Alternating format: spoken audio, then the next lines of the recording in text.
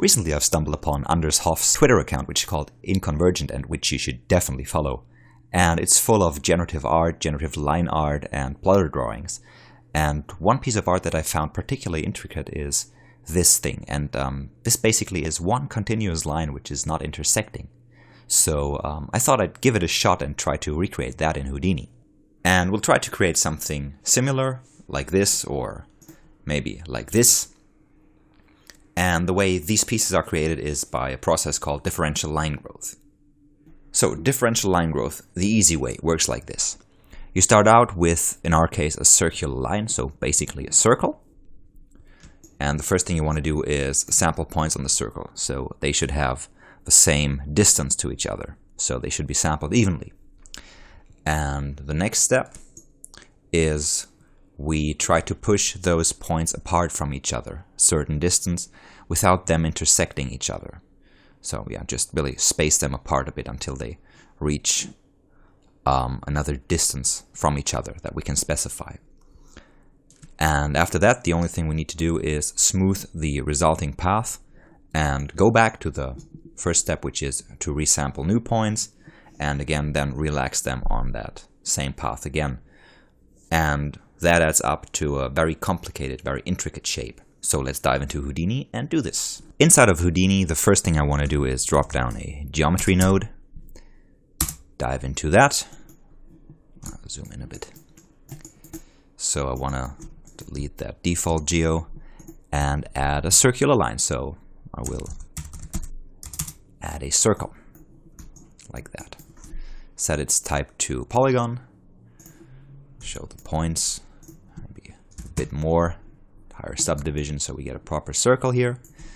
And first thing after that is I want to make sure that I sample my points and sample them with a given distance to each other. And the way I'm going to do that is with the resample node, which does exactly that.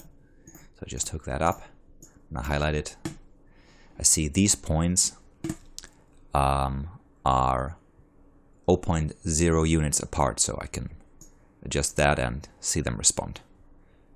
So let's keep them at 0.0.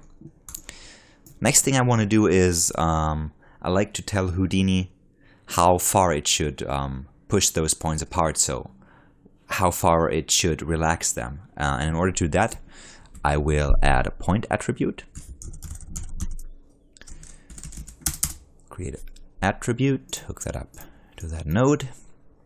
Make it a point attribute, float, and should be a bit more than the distance that we've specified here. So it should be a tiny bit over that distance here. So we sample it with a distance of 0.1. Let's say have it 0.11 here, and just for make sure, set a default value to that as well. So, and after that, we need to relax those points. We need to push those points apart without them intersecting. And luckily, Houdini has got a very powerful node for that. It's called point relax.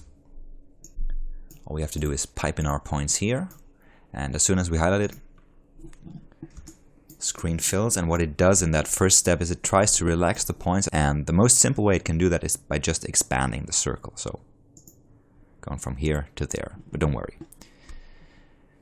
After that, the final thing I want to do is, for later steps, is like smooth out the path. So I'll add a smooth node, and that just smooths out the polygon curve. So a bit less iterations. Exactly. So nothing much happening at the moment. However, the magic happens as soon as I take these nodes, just cut them, and drop them into a solver. So they get applied repeatedly. Drop them down here, wire them up to our previous frame input, so each iteration takes the results from the previous frame and applies those steps to that data from the previous frame. So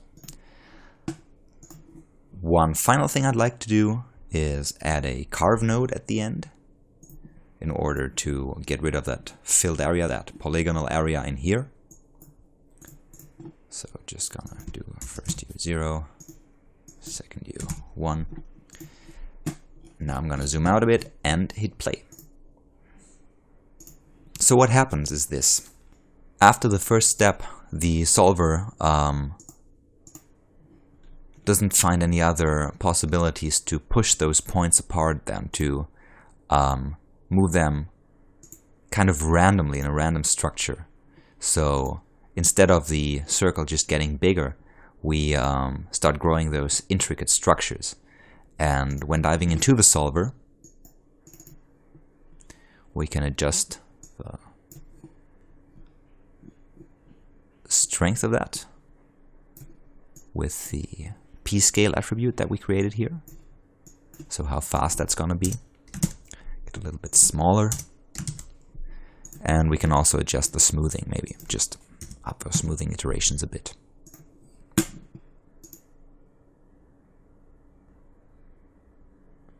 So that is one part we can do, and this, with a bit fiddling around with those values, will yield structures like those. And in order to grow a bit more intricate patterns like those with a bit more loose areas and more structured areas, like, for example, like lesion growth on a stone, we can do this. In order to tell Houdini that it should relax points differently in different areas, the thing we need to do is to give those points an individual pscale value, and not one that is the same for all the points. So what we did at the moment when we dive into the solver, for each point we set the same attribute, and this is the pscale attribute that we set here. So just that it knows that these points should be pushed apart. So if I set that to the point distance that we have already here, nothing much will happen because Houdini doesn't need to push those points apart. They're already spaced apart that much, so nothing to do here. What we did is just we gave it a bit of a bigger value in order to tell Houdini to start pushing apart those points. Like this. So what we need to do in order to create a more intricate, more complex structure is give those points different values. And the way I'm going to do that is I'm going to use a point VOP. And a point VOP performs operations on each point, so on a point level. I'll dive into that VOP, and what it gives me and what it exposes to me is lots of intrinsic attributes of the point, like the position, like the color, UV coordinates, normal, etc., etc. However, what I want to influence on every point is the attribute pscale. And what I'd like to do is I'd like to use a noise, like a Perlin noise or simplex noise, to drive the pscale attribute. So the way I'm going to do that is drop down a unified noise node, so that has all the noises that we come to know and love, like Perlin, like simplex, like alligator. And the thing I need to wire up is the position, because from the current point position it samples a noise value. I'll just leave the rest as is. And after that, I'd like to have a chance to adjust those noise values. So coming out of that node, they have a value between 0 and 1, and I'd like to adjust them because these value ranges are usually way out of bounds for a simulation. So what I'm going to do is I will drop down a ramp parameter node, set that to a spline ramp, and took up the output of the noise into its input.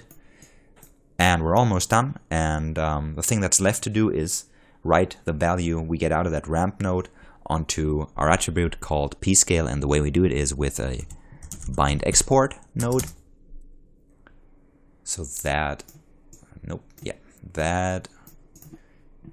writes a given value to a parameter. In our case it's called pscale. So we'll have to specify its name, and took up the ramp to that input. So when we get up one level, we see that the point VOP has automatically created an interface for us. And the interface in that case is the ramp node. And this basically works like a range mapper. So the incoming values of 0 to 1 will be remapped to those values here. So at the moment they're just linearly remapped from 0 to 1, so they are not changed. So however, what I want to do is the minimal value that I have, which is here, should be 0.1, because that's the distance our points are spaced apart, so that's the minimal distance they should have. And the maximum distance they should have should be a bit bigger, but not that big, so let's say something like 0.12. So let's get out of the solver and see what our simulation does. Almost. Let me check. Set that to 0 just to check for us. Yeah, that's better. Yeah, now it's growing more asymmetrically. So the thing with all those simulation parameters, sometimes they are quite sensitive to small changes, so you have to experiment with it. That's the neat thing about this range mapper that we have here, that allows us to remap those values. But yeah, basically what we have now is growth, which is a bit more interesting, and the way it works is it writes different distances that the points should be relaxed to according to the point's position. So in order to get that out to Illustrator, for example, there's one last thing we need to do, and this is in a convert line node.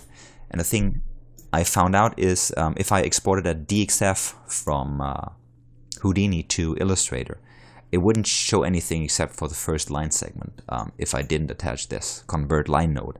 So if any one of you has a better idea of how to do that, please let me know.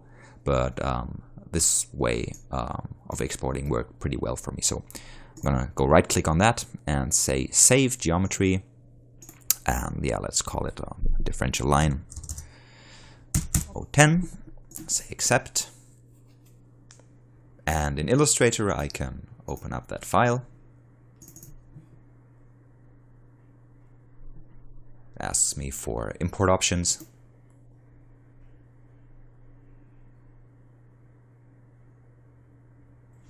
And there I have it. A differential line growth ready to be plotted or printed or whatever. So yeah, that was a quick tip. Hope you enjoyed it, and see you soon.